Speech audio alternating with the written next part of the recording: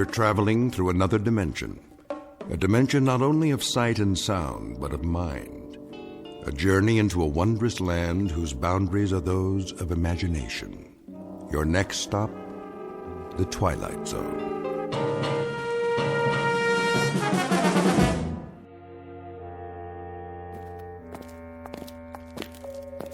God, you haven't answered my question. No questions.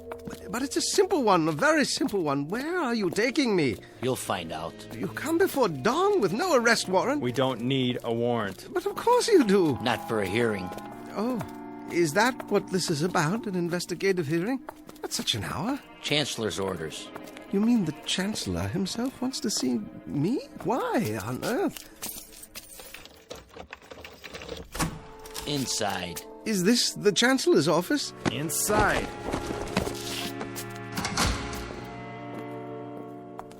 Hello. Hello. Oh, you'll forgive me, but it's so dark in here, my eyes. There's a bench along the wall. Why don't you sit down? And you are? Mary Lampert. Wordsworth. Lampert. You work in the Central Registry? I don't work anywhere at all now, but it wasn't in the registry. I was an English teacher. Oh, yes. Yes, you requested some books from me last semester. But what are you doing here? The same as you, I'm afraid, Mr. Wordsworth. You were summoned for a hearing? We all were. Oh, I beg your pardon. I didn't see you. I'm used to that. Hello there. Hello, Mr. Wordsworth. You're teachers, too? Something even less useful.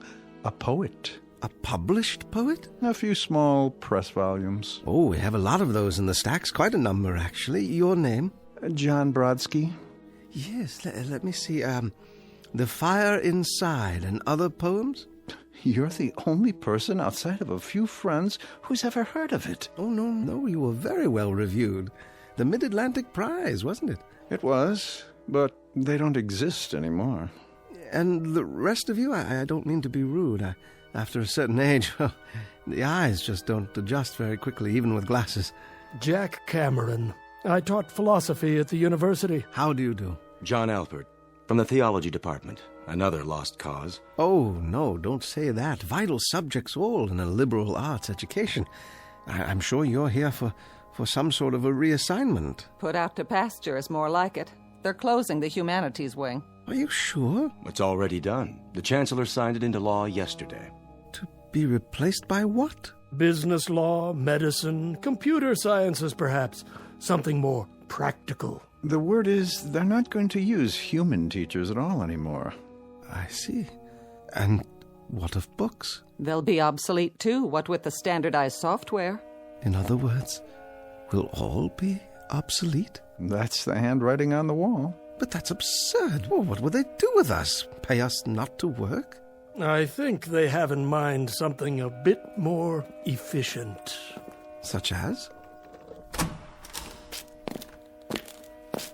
Lampert! Yes? This way. Yes, of course, I'm ready. I'll go first. Please, that's not necessary. Lampert, Mary, now.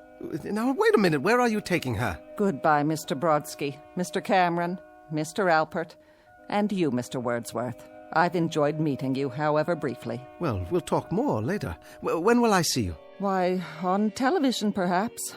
I'll hold a good thought for you. For all of you.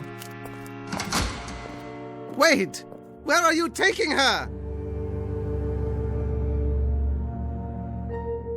You walk out of this room and into the next at your own risk, because it leads to the future. Not a future that will be, but one that might be.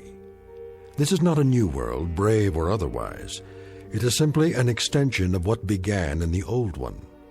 It has patterned itself after every dictator who ever planted the ripping imprint of a boot on the pages of history since the beginning of time.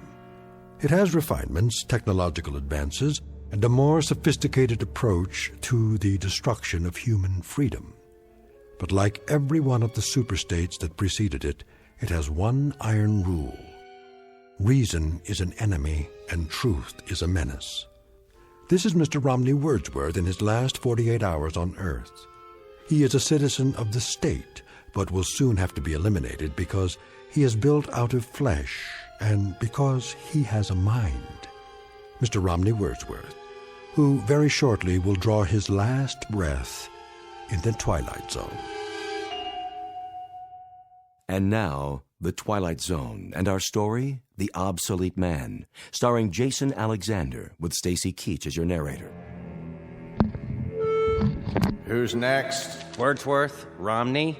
Wordsworth. Ah, yes. You should have the file on your desk, Chancellor. Field investigation finding. Obsolescence. Yes. Agreed. Correct. Send him in. Yes, sir. Guards! This way. Thank you. You may approach the desk. If you like. You know why you're here, Mr. Wordsworth? Not entirely, no. Ask him to speak up. I'd ask you to speak up, if you will. In general terms, yes, sir. But I do have a few questions. Your questions will be answered in due course. Now then, you've been under investigation, Mr. Wordsworth.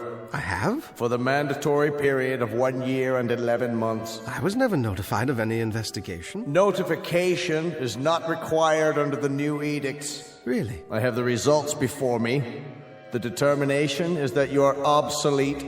That's an interesting word you use. Therefore, the purpose of this hearing is to make a finding in the matter and sentence you accordingly. You understand that? Yes, sir. I suppose I do. Your occupation, Mr. Wordsworth? Librarian. They even have those anymore? A what? A librarian, sir. Has this man had counsel? Yes, sir, he has. Are you sure he knows his rights? He's been given orientation, sir. I'm told that you've had counsel and been given orientation, Mr. Wordsworth. Well, in a manner of speaking. Just prior to entering this room, I did have a brief conversation with someone or other. He was wearing a uniform, very much like your own. That would be one of the subalterns. So you've been instructed. However, I'm still not sure in my own mind that you understand the purpose of this hearing. I'm doing my best, sir. The field investigators in your sector have classified you as obsolete. This finding carries with it serious implications, legally speaking. Do you understand that, Mr. Wordsworth? Serious implications, yes. Now I ask you again, your occupation? I am a librarian. I could lie to you and say curator of records or historian or data manager, but that's my occupation, my profession. It's an honorable tradition. If you people choose to call it obsolete... Ask him to clarify. Yes, clarify. Request clarification of the term. The term, Mr. Wordsworth, you people. You make reference to the state? I make reference to the state. And you persist in declaring your occupation as being that of a librarian? That is correct, sir. A librarian having to do with books? Yes, sir. Books of all types and description. Since there are no more books, Mr. Wordsworth, there is scant need for libraries. Oh, but there are books. Some going back decades, even centuries. The older ones are in constant need of repair. Even the newer ones require preservation. Well, do you know that books printed on paper containing wood pulp are in danger of deterioration? A kind of oxidation or slow burning, you might say, if they're so much as stored on wooden shelves. Not to mention the effects of light and moisture. Please, Mr. Wordsworth. No, the only safe method is to keep them in metal cabinets, in absolute darkness, if possible, in a temperature-controlled environment. Of course, rag or hemp paper doesn't deteriorate at the same rate. That's why some ancient volumes are unyellowed and still quite usable. What sort of books are you talking about? Oh, anything printed before the 19th century. The older, the better. The Gutenberg Bible is a famous example. To close the subject, with no further need of libraries, it follows that there is little call for the services of a librarian. Now, I must ask for clarification. Did you say no further need? Case in point. A priest or minister, he would claim that his function is preaching the word of God. But of course, since the state has proven that there is no God, that would make the function of such a person somewhat academic as well. Academic? Meaning theoretical, without practical function. But there is a God. You're in error, Mr. Wordsworth. There is no God. You know that? The state has established it. Established it? How? By scientific proof, or the lack thereof. You cannot erase God with an edict. This is not a debate. It's not a matter of laws and proclamations. You are obsolete, Mr. Wordsworth. A lie. No man is obsolete. You have no function. You are an anachronism, a ghost from another time. I'm nothing more than a reminder to you that the state can't destroy words and the concepts they represent by burning pages. You're a bug, Mr. Wordsworth, a crawling insect, a bookworm, an ugly, misshapen little creature that has no purpose here. No meaning. I am a human being, as are you. A human being? Is that what you lay claim to?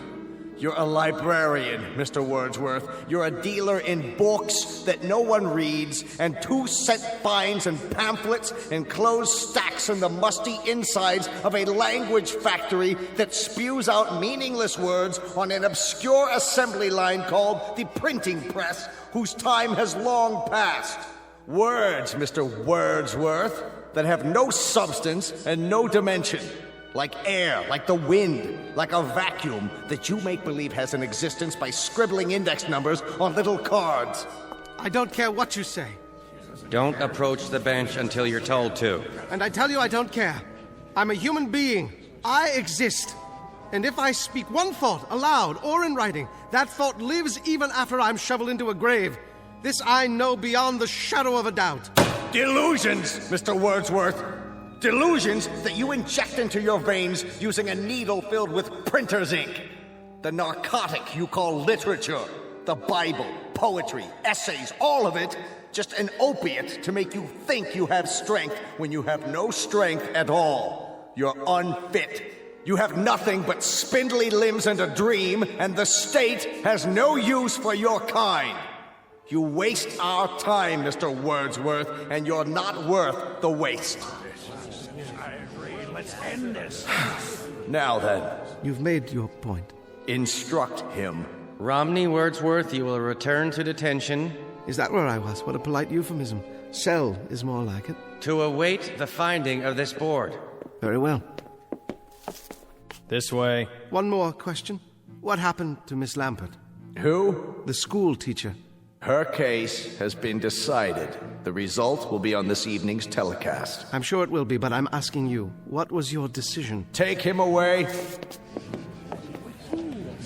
Heretic. Obsolete. No function. No function at all.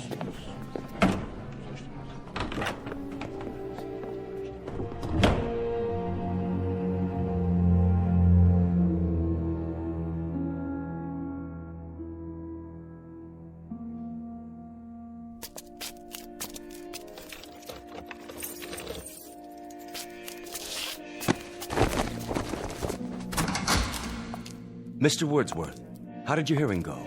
Well, I'm not honestly sure, but I have a pretty good idea. At least it hasn't been decided yet. Oh, no, not yet, but I don't think it will take them very long. Ambiguity, the devil's playground, and my stock in trade. Miss Lampert hasn't come back yet. That means her case has already been decided. That's what they said. Where would they take her in that case? Back to her living quarters, I imagine, to await the carrying out of the sentence. As for myself, I'd rather carry it out alone.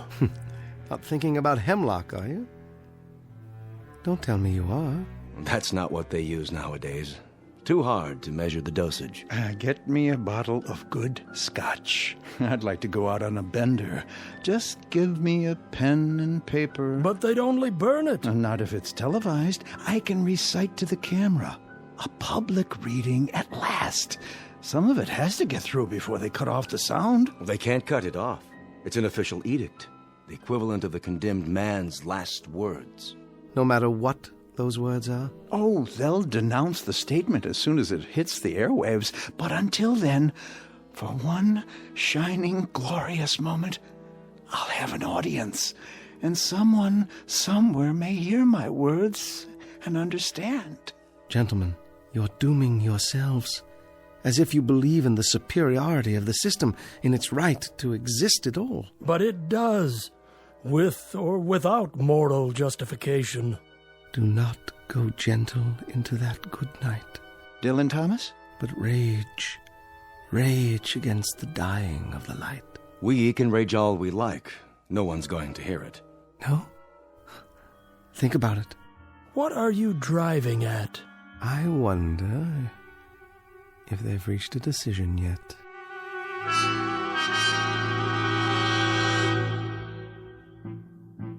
How do you find, gentlemen? Obsolete! Obsolete! Obsolete! Obsolete! Obsolete. I concur. In the matter of Wordsworth Romney, the board has made a finding. Bring him before me so I can pronounce sentence. Escort him from the detention room. Right away.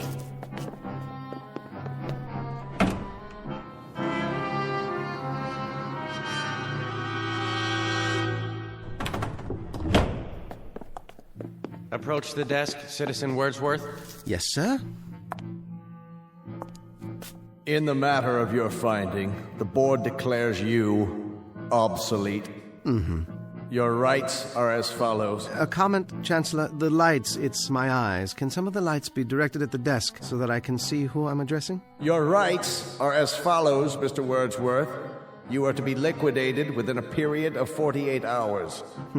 They still use that word? Liquidated? But you have an option as to method and precise time. Could you be more specific? There are several prescribed methods, Mr. Wordsworth, including pills, gas, electrocution, lethal injection. It can be done immediately, or an hour from now, or any other time that you request. Are there any other options? The most popular, Mr. Wordsworth, assassination, at a time unknown.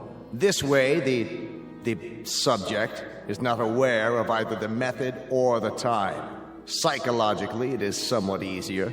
In terms of one's mental state, it's the most humane. Then I'd have to say, I'm a very rich man.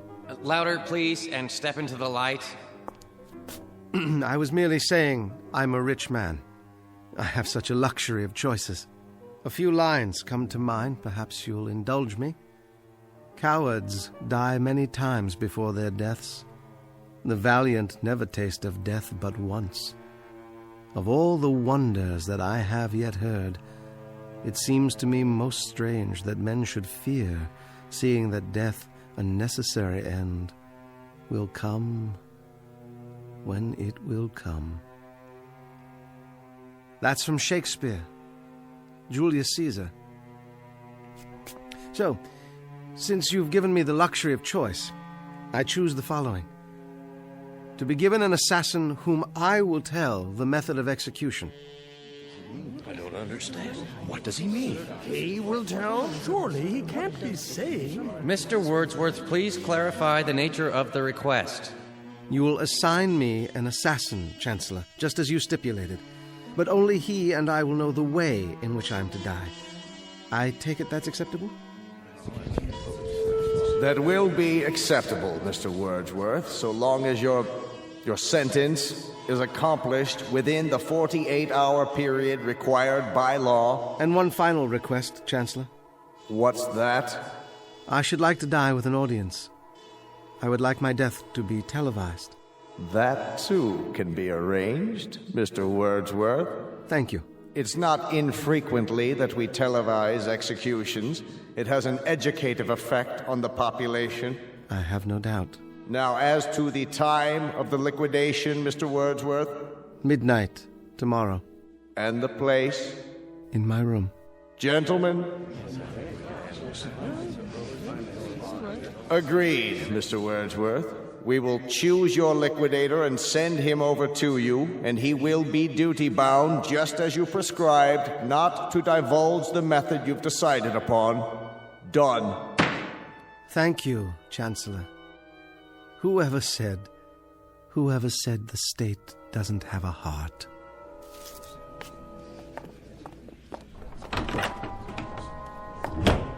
An odd one.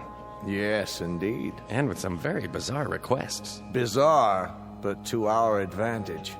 He wants his death televised, All right, we'll oblige him. By midnight tomorrow, he'll be crawling up the walls with fear.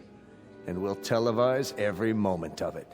His horror, his fright, and I dare say his belly-crawling supplications for mercy. What an example. We'll televise it, gentlemen, all over the country. We'll show the people. We'll show them how this obsolete man, this librarian, dies.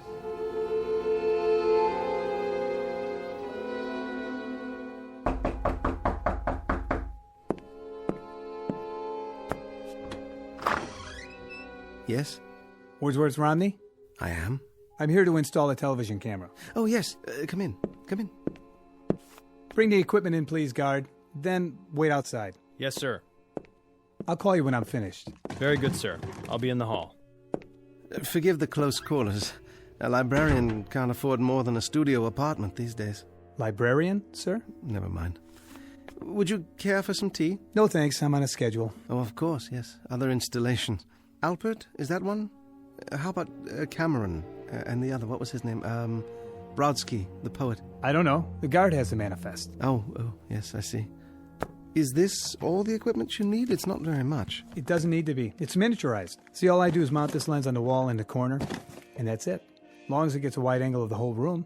Impressive, I must say.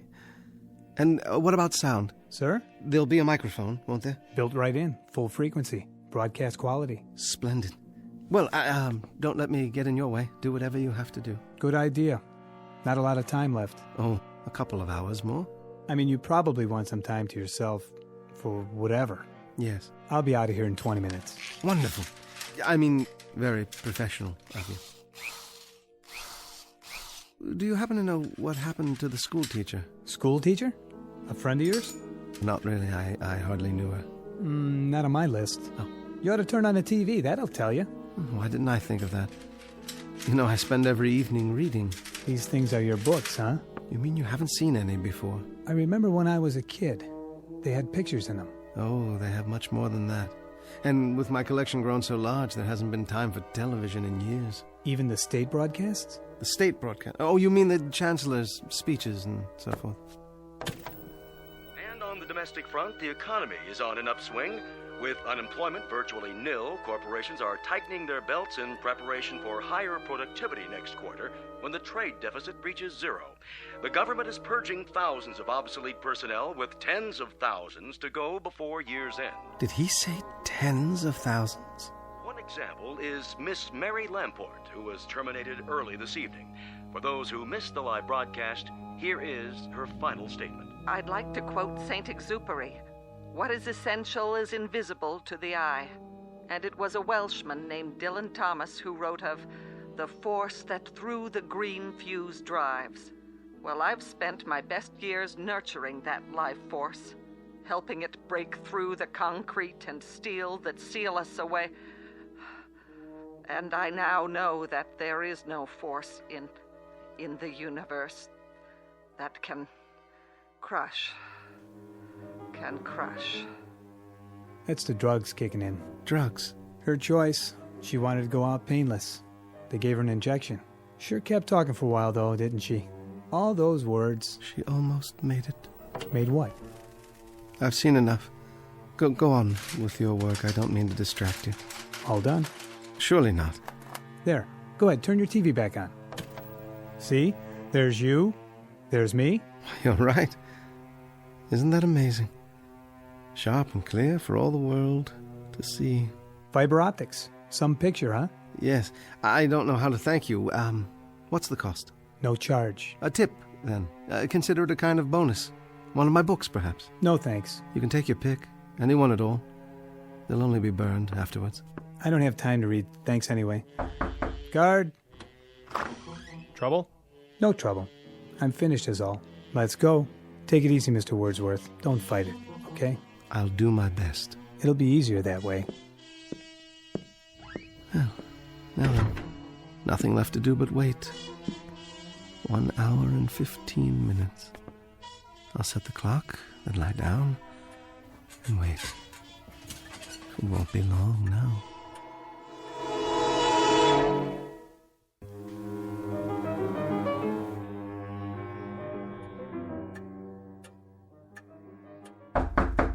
Mr. Wordsworth?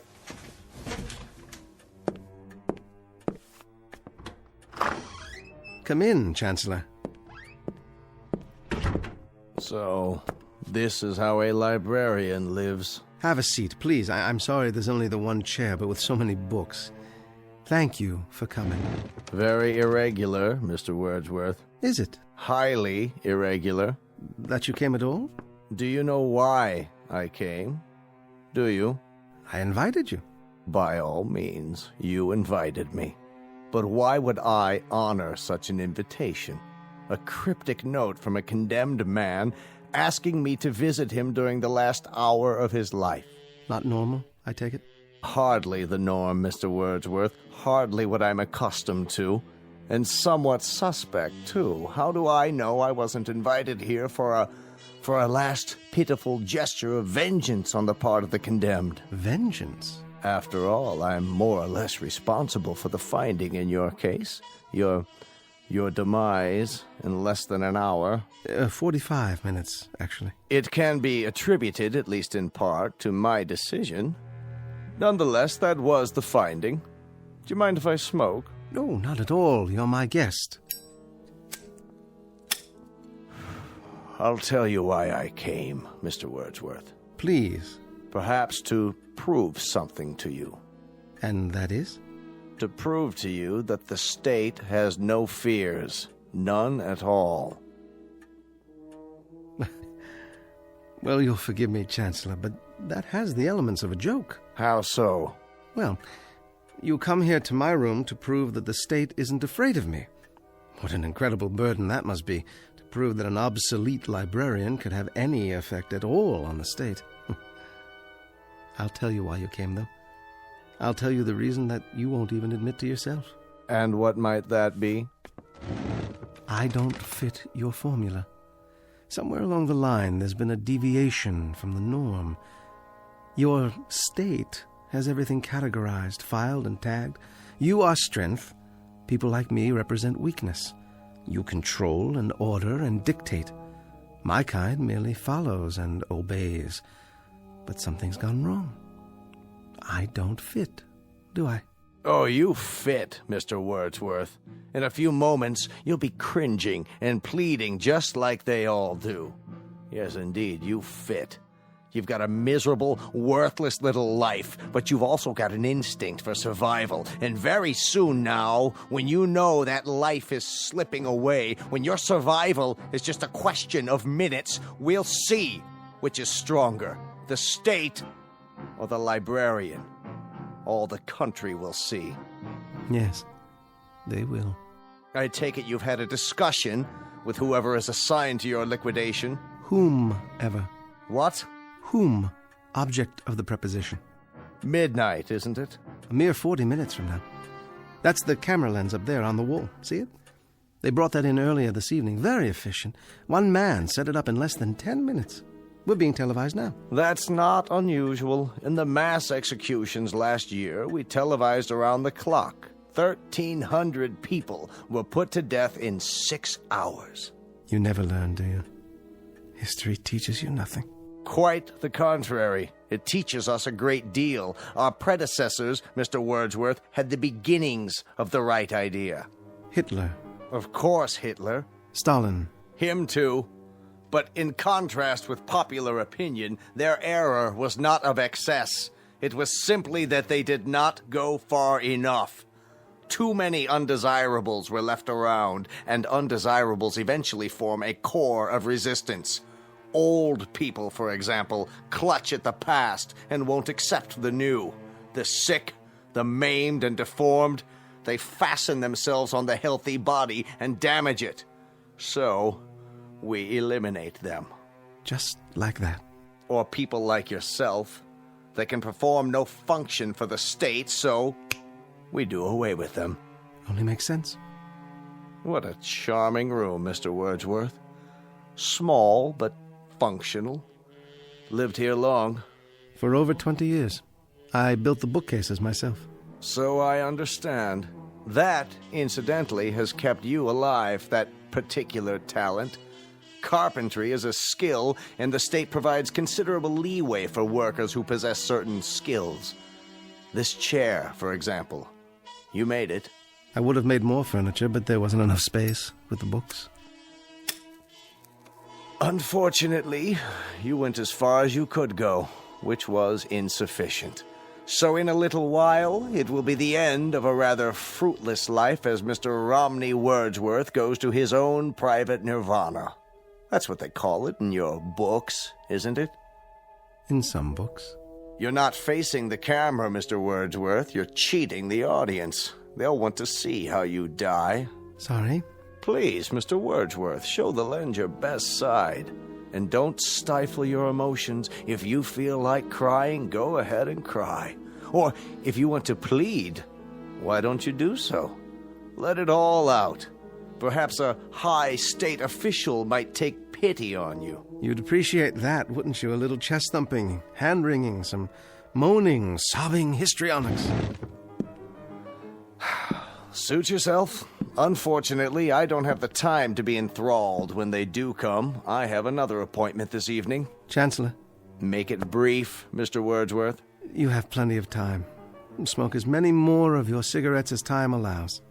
How's that? I haven't been entirely fair with you, Chancellor. I invited you here for a very special reason. Would you like to know the method I've chosen for my liquidation? I've had a bomb placed in this room. It has a time fuse set to go off at midnight, a few minutes from now. Thoughtful, Mr. Wordsworth. A relatively quick and painless death. Isn't it, though? And yet, knowing that you're going to be blown to smithereens is not the happiest of thoughts, is it? That depends on the individual. Yes, it does indeed. I'll bid you goodbye, then. What kind of idiocy is this? You've locked the door. Yes, I have. You're not going anywhere. You're staying here with me. Open this door at once! I'm not sure I remember where I hid the key. Question: how does a man react to such a situation? Answer: it depends on the individual. As for myself, I shall sit down and read my Bible. This is insane. Hidden for over 20 years, but the only possession I own that has any value at all to me now. And I intend to sit here and read it until the moment of my death. Let me out of here! Guards! Anyone! Don't waste your breath. There's no one out there. It's one of the rules. You isolate the person to be liquidated, so there's simply no one around. Why don't you face the camera, Chancellor? It's important, you know. You're cheating the audience. What are you talking about? You wanted the whole country to see the way a librarian dies. Why not let the whole country see how an official of the state dies, too? Will they see a contrast, Chancellor? Wordsworth! I order you, let me out of this room! Turn to the camera. Let the people see the strength of the state, the resilience, the courage. Let the people see how a man of steel faces death. I've underestimated you, Mr. Wordsworth. Sit down, Chancellor. You have a nirvana coming up, too. So, let's have a chat. Odd, isn't it? How equal we have become. Death is an exceptional equalizer. It takes a strong and handsome man like yourself, uniformed, bemedaled, and it places you alongside a skimpy thing like myself. But in the eyes of God, there's precious little to distinguish us. We are flesh, blood, muscle, limbs, and we are the same. Understand, Chancellor? We are the same. We are not the same. A man of the state dies with dignity. We shall see. That is, they will see. The Lord is my shepherd, I shall not want. He maketh me to lie down in green pastures. He leadeth me beside the still waters. He restoreth my soul. He leadeth me in the paths of righteousness for his name's sake. Yea, though I walk through the valley of the shadow of death, I will fear no evil.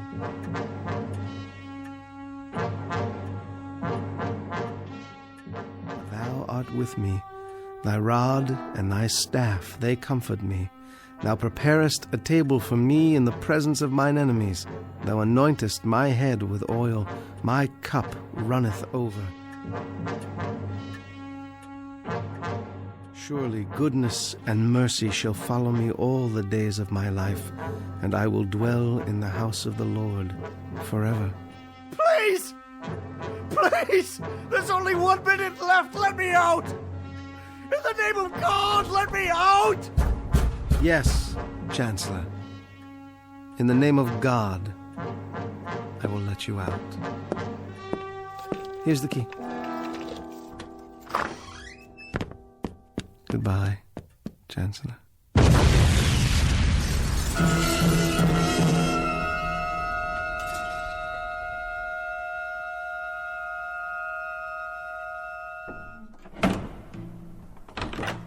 This way. Take your hands off of me. What is the meaning of this? You may approach. I don't understand what's going on. You all know me? No further. Stand where you are. There's been a misunderstanding. I've served the state for years. In fact, I'm the one who created the current edicts and passed them into law. I am the new Chancellor. You have been removed from office. But why? The field investigators have declared you obsolete. You have disgraced the state. You have proven yourself a coward. You therefore have no function. I must protest. Let me speak. Return the prisoner to the detention room while we determine his sentence. The finding of this hearing is that he is obsolete. No! Wait! Hear me out! Obsolete! Obsolete! No! No, wait! Obsolete. Please! No! Obsolete. No! Obsolete. No! Obsolete. No! Obsolete. No! Obsolete. Obsolete. Obsolete. Obsolete.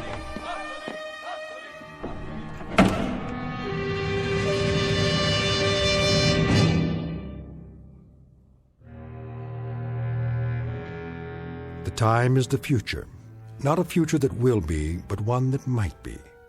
Not just this story's lesson, but a lesson for all time. So long as men would speak their mind, and so long as tyranny would seek to muzzle them. File this case under M for mankind in the Twilight Zone.